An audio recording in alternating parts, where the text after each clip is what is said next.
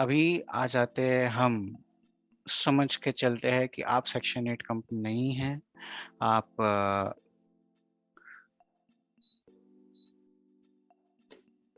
NGO, trust, society, ओपीबीओआई या कुछ वैसे आप आपका स्ट्रक्चरिंग कर रहे हैं, तो आप कैश बेसिस ऑफ अकाउंटिंग कर सकते हैं। लेकिन अगर आप कंपनीज एक्ट के मुताबिक सेक्शन 8 कंपनी बना रहे हैं, जो सभी के लिए बहुत जरूरी होता है, वो होता है कैश बुक। कैश बुक क्या है? खाता बुक। खाता बुक क्या है? एक सिंपल, हर एक का अपना अपना फॉर्मेट है। पर्टिकुलर्स, इनवर्ड, इनवर्ड बोलिए, क्रेडिट क्रेडिट बोलिए, डिपॉजिट बोलिए, इनकम बोलिए, साथ में उसके बाद होता है आउटवर्ड बोलिए, डेबिट बोलिए, विथड्रॉल बोलिए, एक्सपेंस बोलिए, कुछ भी बोलिए, जो भी आपका नाम, ठीक है। ये तीन चीज, पर्टिकुलर्स, डेट, हम इनकम एंड एक्सपेंस बोलेंगे फॉर सहूलियत के लिए, और inward and outward, inward, outward, balance, ठीक है। समझिए मैं मेरा अकाउंटिंग 1/4/2022 से शुरू कर रहा हूँ। मेरे हाथ में नकद जो है बैलेंस है 5,000 रुपए। सो कैश बुक क्या है? कैश बुक कुछ नहीं है, हमारे रोजमर्रा के खर्चे की एक बुक है कि जो भी वो हमारे पास पैसा आएगा वो मेरा इनवर्ड होगा। समझिए 2 तारीख को आपको किसी का डोनेशन आ गया, डोनेशन इनवर्ड, ठीक है। 2,000 रुपये आ गया, आपके इनवर्ड में आ गया। बैलेंस क्या है? हमारा बैलेंस है जो मेरा अगले ट्रांजैक्शन या पहले के दिन का बैलेंस था वो, प्लस अभी जो मिला वो, माइनस अभी जो गया वो, ठीक है। तो ये हमारा फॉर्मूला नीचे तक कॉपी हो जाता है। ये हो गया हमारा। अभी इसमें कई तरह के हम रिकॉर्ड कीपिंग मेंटेन कर सकते हैं। आप बोलते हो कि एक मेरा लेजर का हेड होना चाहिए या क्या है वो होना चाहिए, लेकिन साथ में मुझे कमेंट्स भी चाहिए। जैसे कि ये डोनेशन आया, तो किस से आया? डोनेशन आया मिस्टर मलकांस, ठीक है।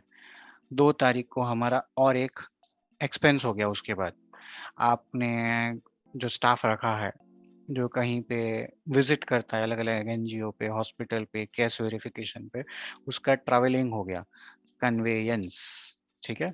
उसका खर्चा हो गया समझिए 100 रुपये। तो आपका बैलेंस हो गया 6,900। और कमेंट्स डालना है, जो भी आपका एम्प्लॉय है, समझिए Kunal, Kunal conveyance for Tata hospital visit for case of mister Puneet. ये आपका कमेंट्स है, आपको जैसे मेंटेन करना है मेंटेन कीजिए। आज मैं आपको ये सब कुछ एक्सेल में बता रहा हूँ, ठीक है। आप इसको बुक्स में भी फिजिकली भी मेंटेन कर सकते हैं, लेकिन फिजिकली मेंटेन करना सहूलियत नहीं होता है, क्योंकि आपको हर बार हिसाब कैलकुलेट करते जाना पड़ेगा। हर बार जोड़ो निकालो, कुछ अगर 1 रुपया ऊपर नीचे आपका हुआ, आपको शुरू से हर बार सब कुछ कैलकुलेट करना पड़ेगा।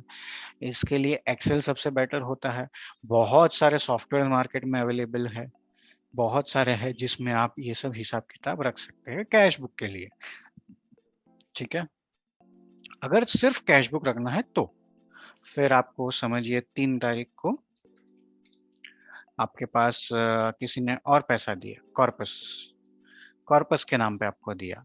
किसने कॉर्पस दिया? समझिए मिस्टर राकेश ने 1 लाख दे दिया, आपका बैंक बैलेंस बढ़ गया, ठीक है।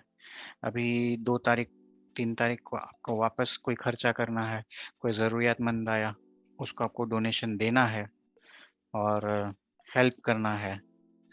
हेल्प टू नीडी आपका हेड है, आपने किसको मदद की आप कमेंट में डालेंगे। समझ लीजिए मिस सुनिधि आई है आपके पास, for whatever help, for XYZ reason, and आपने उनको मदद कर दिया 2,000 रुपए का। ये हो गया पैसा, ठीक है। ये होता है कैश बुक। कैश बुक रखने के बहुत सारे तरीके हैं।